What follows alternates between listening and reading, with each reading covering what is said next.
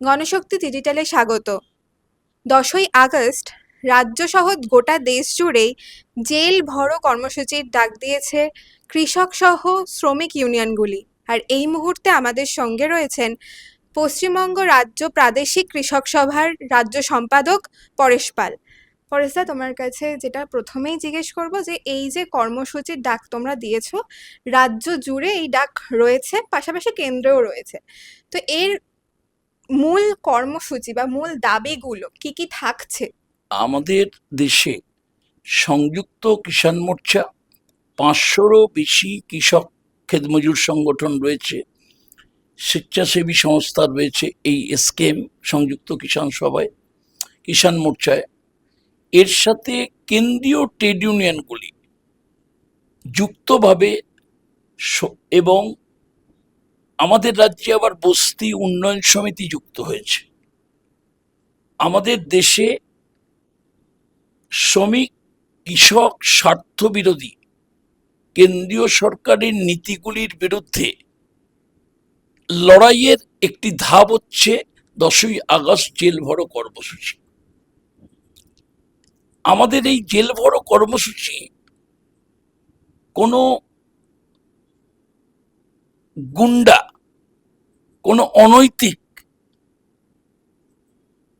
চুরি, দুর্নীতি অভিযুক্তদের জেল ভরো কর্মসূচি না।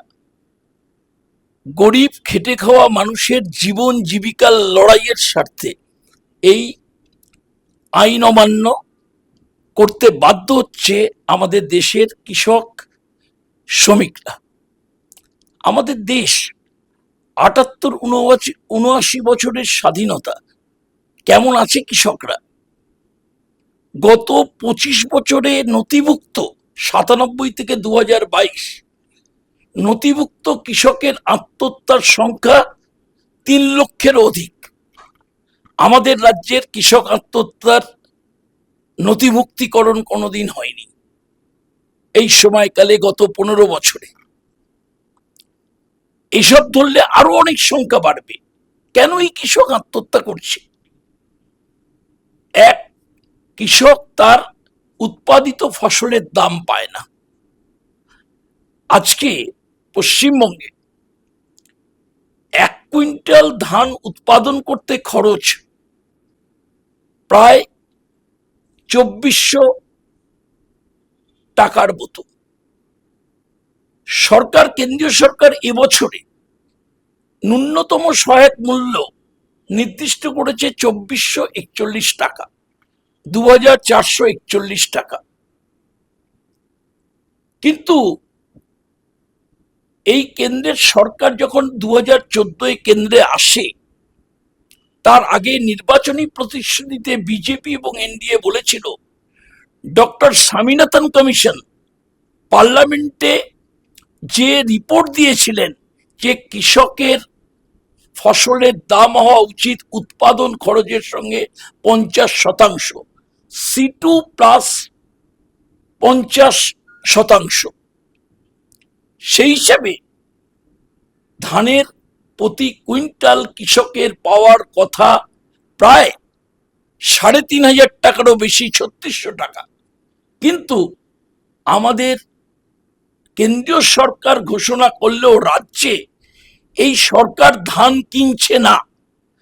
কৃষকরা অভাবে বিক্রি করছে, 1600-1700 টাকাও ধান বিক্রি করেছে কুইন্টালে। এবছরে আবার গত কয়েকদিন আগে অন্তর্বর্তীকালীন রাজ্য বাজেটে বলা হয়েছে বাড়তি 200 টাকা উৎসাহ ভাতা দেবে রাজ্য সরকার 2441 ওপরে। কিন্তু এখনো পর্যন্ত 1 ছটাকও ধান কেনেনি। কৃষক যাবে কোথায়?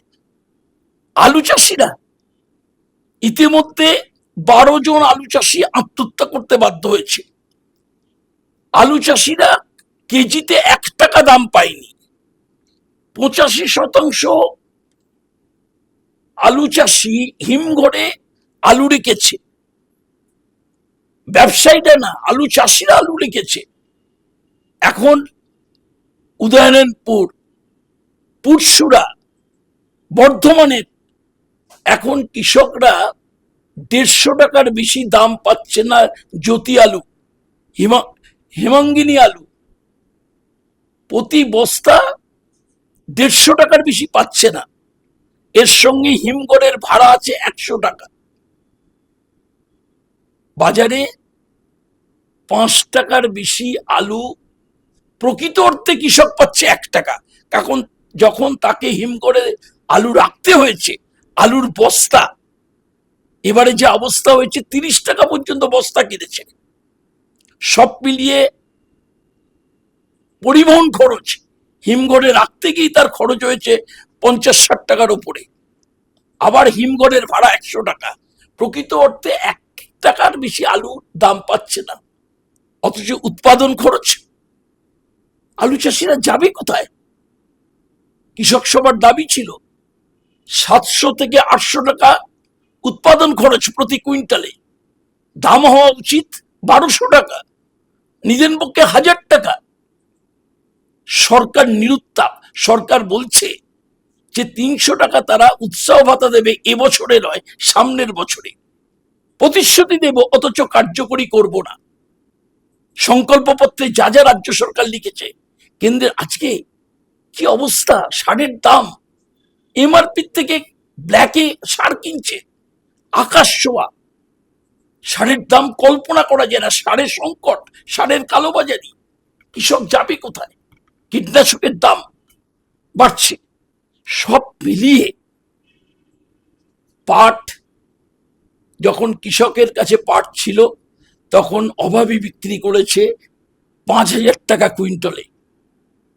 আজকে পাটের দাম, পাট নেই, আজকে পাটের দাম কত টাকা উঠে গেছে, কৃষক কিন্তু সেই দাম পেল না। সরকারের নীতি, বাজার নিয়ন্ত্রণের সরকারের সুনির্দিষ্ট নীতি থাকবে না। আজকে কৃষক আজ নতুন করে বিপদে পড়েছে।